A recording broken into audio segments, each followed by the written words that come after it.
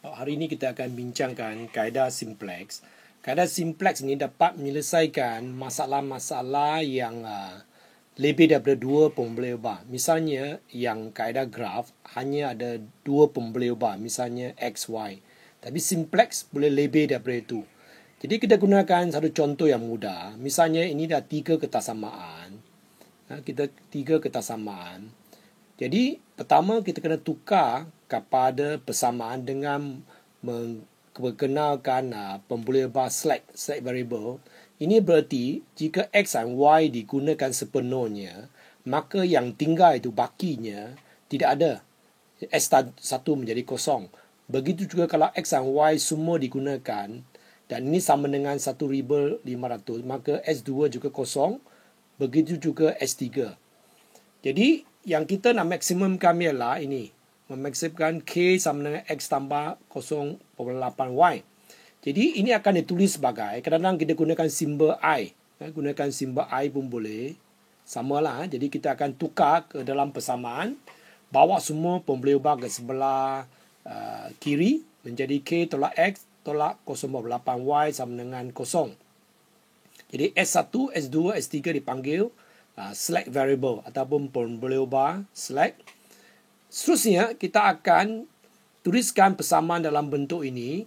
Kemudian kita akan tulis dua baris, satu ialah I ataupun K ataupun K tadi dah sama. Sebenarnya K lah bukan I K X, Y, S1, S2, S3. Jadi kita akan masukkan perkalinya. Ini ialah merupakan objektif dia. Itu yang pertama ini. Inilah persamaan ini. Perkalinya, perkali K adalah 1. Ini perkali tolak 1, tolak 0.8. Yang lain itu tiada S1, S2 dan S3. Jadi semuanya adalah sifar sama dengan 0. Sebelah kanan. Kemudian yang ini pula, satu persatu kita tulis. Misalnya, I itu tak adalah semua 0. Sebab dia tak ada I sini. Tak ada K pun. Tak ada K. Jadi, yang ini adalah 1 perkali 1. 1 S1 juga 1, yang lain 0, 0 dan 1000. Jadi teruskan untuk ke semua ini, kamu dapat jadual ini. Jadi langkah pertama ialah kita kena pasti laju pivot ataupun pivot column. Jadi kita lihat nilai ini, objektif ini. Cari nilai yang paling negatif. Misalnya tolak 1 paling negatif. Jadi itulah dipanggil, kita panggil ini inilah laju pivot.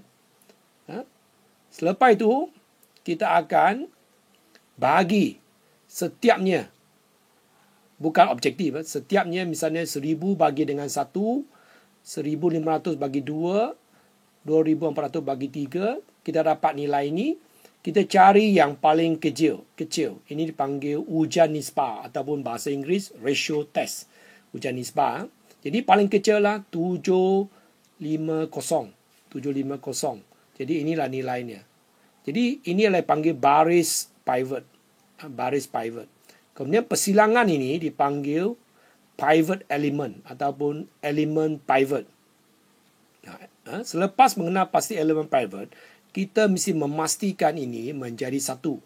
Jadi kita akan bagi semua baris dengan 2. Setiapnya bagi dengan 2. 0 bagi 2, 2 bagi 2, 1 bagi 2 dan seterusnya. 1500 bagi 2. Jadi tiada perubahan lah. Semua bagi dengan 2. Kita dapat nilai yang baru. Iaitu 0. Kita dapat ini. Kita tulis sebagai row 1, baris 1, baris 2, baris 3, baris. Senang kita bincangkan. Kita bagi dengan 2, kita dapat ini. Ini baris pivot. Lepas itu, kita mesti memastikan semua nombor yang di atas elemen pivot, iaitu di atas ini.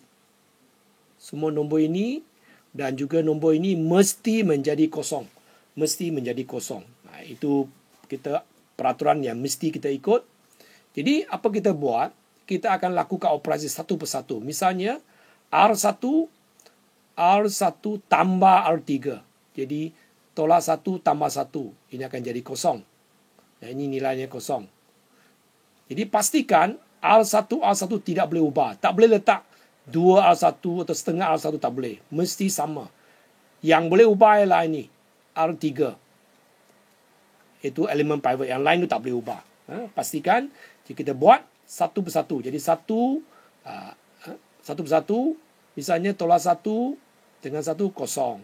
Tolak 0.8 tambah 0.5, tolak 0.3 dan seterusnya. Kita akan dapat nilai ini. Jadi setiap ni dah berubah, kita dapat jadual yang baru.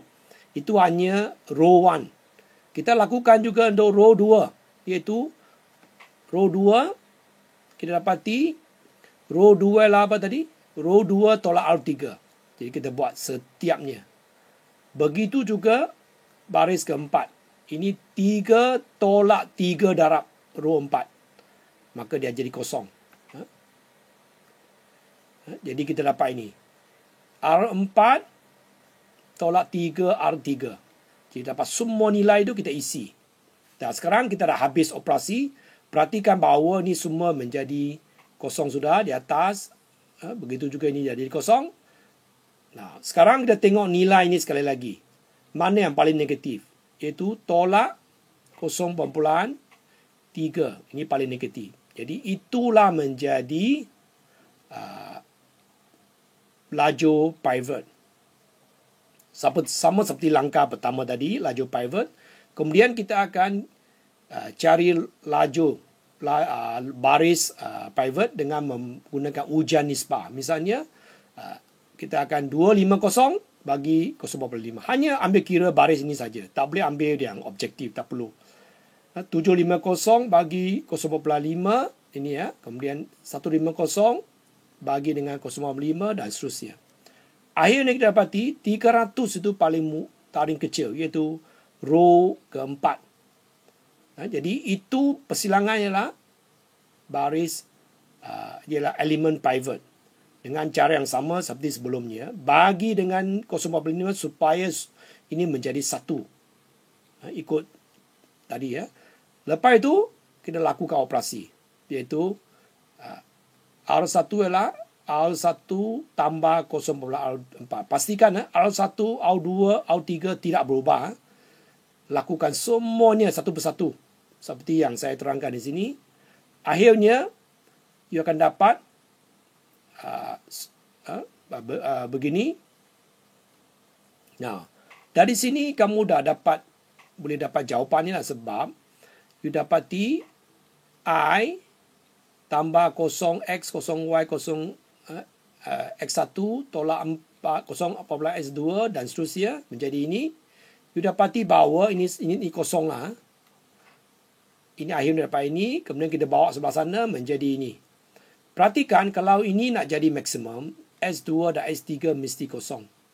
S2 dan S3 mesti kosong. Kemudian dengan cara yang sama kita buat untuk yang lain. Daripada R2 kita dapati S1 tambah S2 tolak S3 sama 100. Sebab S2 dan S3 kosong, maka S1 sama 100. Teruskan untuk yang lain. Tuliskan persamaan, kita akan selesaikannya. Akhirnya kita dapati X sama 100 dan 300. Jadi kalau perhatikan di sini semuanya dah menjadi satu, iaitu X ini satu, Y satu, tak ada lagi yang lain. Maka kita akan selesai. Walaupun di sini masih negatif. Kita tak perlu lagi teruskan. Tapi kalau ni belum lagi, kita perlu teruskan. Pastikan X berkali 1, Y berkali 1, kita dah boleh berhenti lah. Walaupun ini negatif. Tapi kalau dia bukan, kita kena teruskan. Kita perlu teruskan. Jadi itu jawapannya, kita dapat nilai itu. Now, apa akan terjadi kalau kita dapati sekiranya dia punya ujian nisbah ini menjadi negatif. Kata ada negatif. Misalnya negatif 150. Maka baris itu tidak akan diambil kira. Kita akan gunakan baris yang tertinggal itu. Ini kita mesti berhati-hati. Alright, kita mesti berhati-hati. Jadi itulah langkah yang standard. Jadi secara umumnya kita kena tulis dalam, kalau kita rumusan tadi tulis dalam bentuk iaitu dalam bentuk persamaan tambah set variable. Begitu juga untuk objektif, sama ada I atau K. Lepas itu bina satu jadual simplex. Lepas itu cari nombor paling negatif, kena pasti laju pivot. Kemudian gunakan ujian nisbah, kena pasti nisbah yang paling kecil itulah baris pivot. Contohnya baris pivot di sini. Persilangan itu adalah elemen pivot. Pastikan dia menjadi satu. Lepas itu lakukan operasi supaya nombor-nombor di atas dan di bawah elemen pivot menjadi kosong. Lepas itu teruskan. Tengok objektif yang negatif. Teruskan sehingga kamu dapat jawapannya. Itulah dipanggil kaedah simplex. Dan soalan kaedah ni senang difahami, tetapi langkah-langkah agak kompleks. Kamu mesti berhati-hati semasa selesaikannya.